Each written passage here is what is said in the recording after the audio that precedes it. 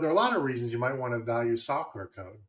For example, you may have developed some software that for some period of time you may have had a commercial use for, but you decided to get out of that line of business. But the code is still viable. It might help somebody, might be valuable to somebody.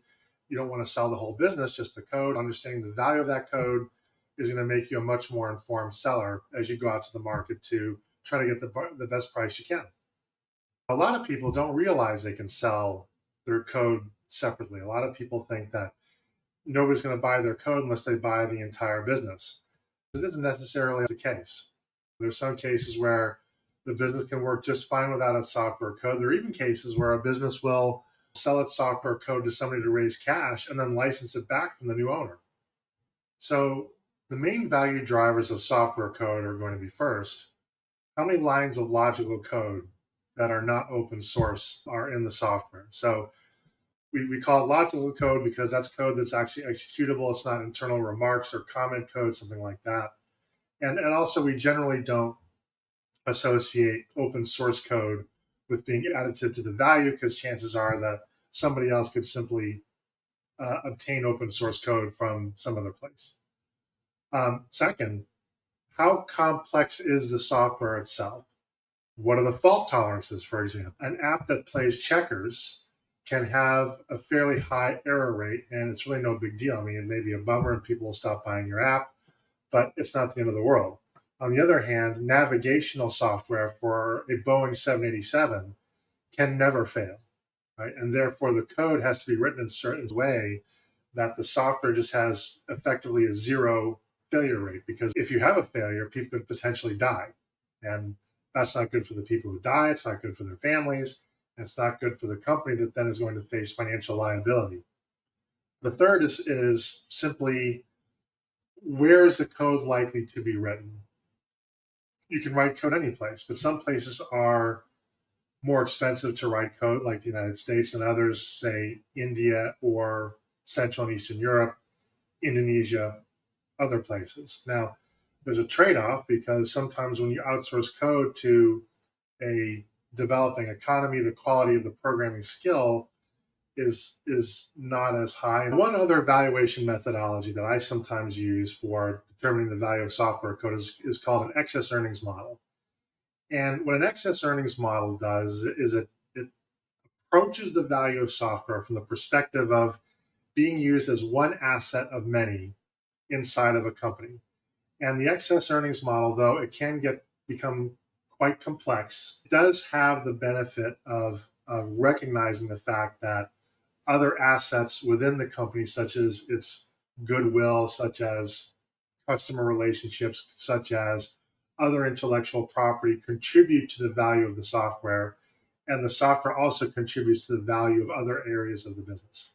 So if the software is going to be in continuous use by the current owner, the excess earnings model may be an appropriate way to pursue the value of the software, even though it is a bit more complex.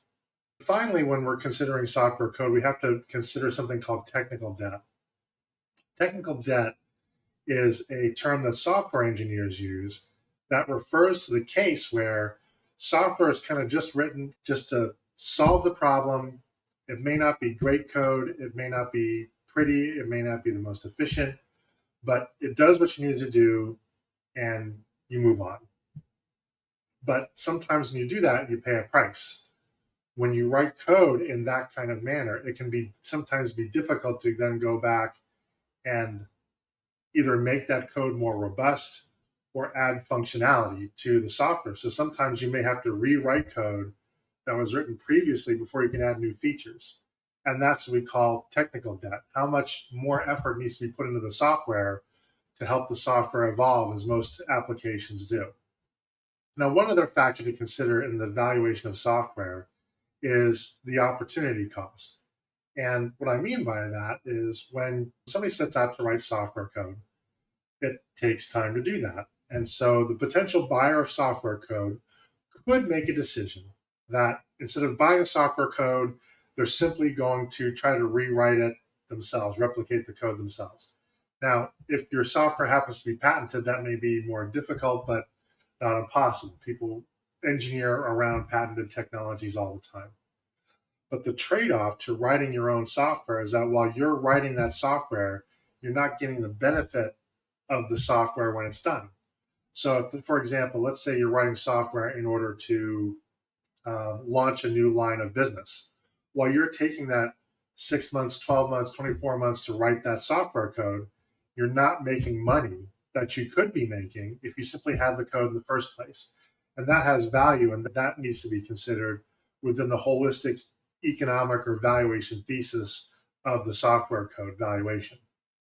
So the mechanics of software evaluation are a little bit different than we see for, say, companies. Company valuation often has the benefit of the existence of comparable companies, publicly traded companies, transactions involving private companies. You can often find their pricing data, and you can observe their valuation multiples, price to revenue, price to profitability, price to cash flow, something like that. And so if we know that if companies are trading in the market for 4 times revenue, then maybe your own company would trade in the market for 4 times revenue. Bang, you've got a valuation. But in software, we don't have that. As far as I'm aware, there's no market for software that's observable that you can just sort of look up and say, oh, well, this kind of software has a value of $12 per line of code. As far as I'm aware, that doesn't exist. And so we typically have to rely on other models. One model is going to be some kind of income-based model where the value of the software is linked to the amount of cash that the software could generate either through licensing fees or commercializing the software independently or distinctly, and basically calculating the income, the profit versus loss that the software will generate over time, and then discount it for the risk of the cash flows associated with that software. And there are multiple models available to do that. I tend to prefer cost-based models. And a cost-based model generally approaches value from the question of, what would it cost me to rewrite this software on my own if I didn't already own it? Or what would it cost somebody else to rewrite the software?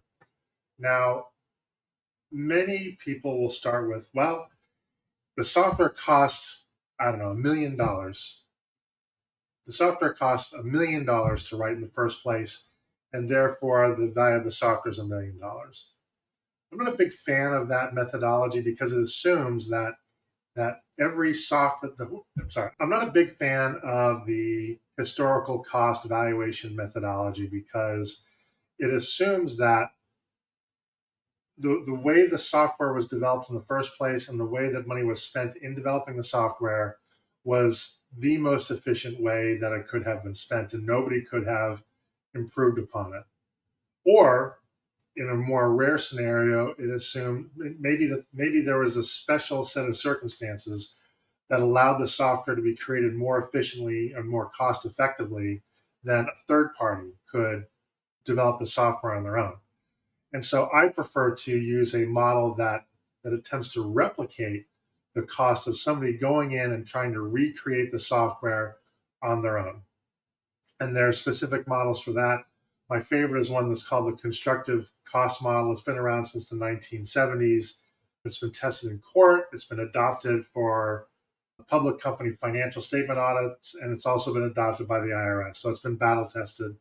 And it also does a nice job, I think, of capturing a lot of the technical parameters of the software itself. So it does a good job of distinguishing certain quality and amounts of code from other quality and amounts of code. But the circumstances surrounding the software will often dictate, or at least lead us to, a particular methodology. If the software is likely to be licensed, for example, then it may gravitate towards a relief from royalty or a royalty-based licensing model. Ultimately, I do two things. I replicate what I think the market is most likely to do, and two, I act where the data leads me and where the data is available. Thanks for watching this installment of Your Business Value. If you received value from this video, please like and subscribe, and let me know in the comments what topics you'd like me to cover next.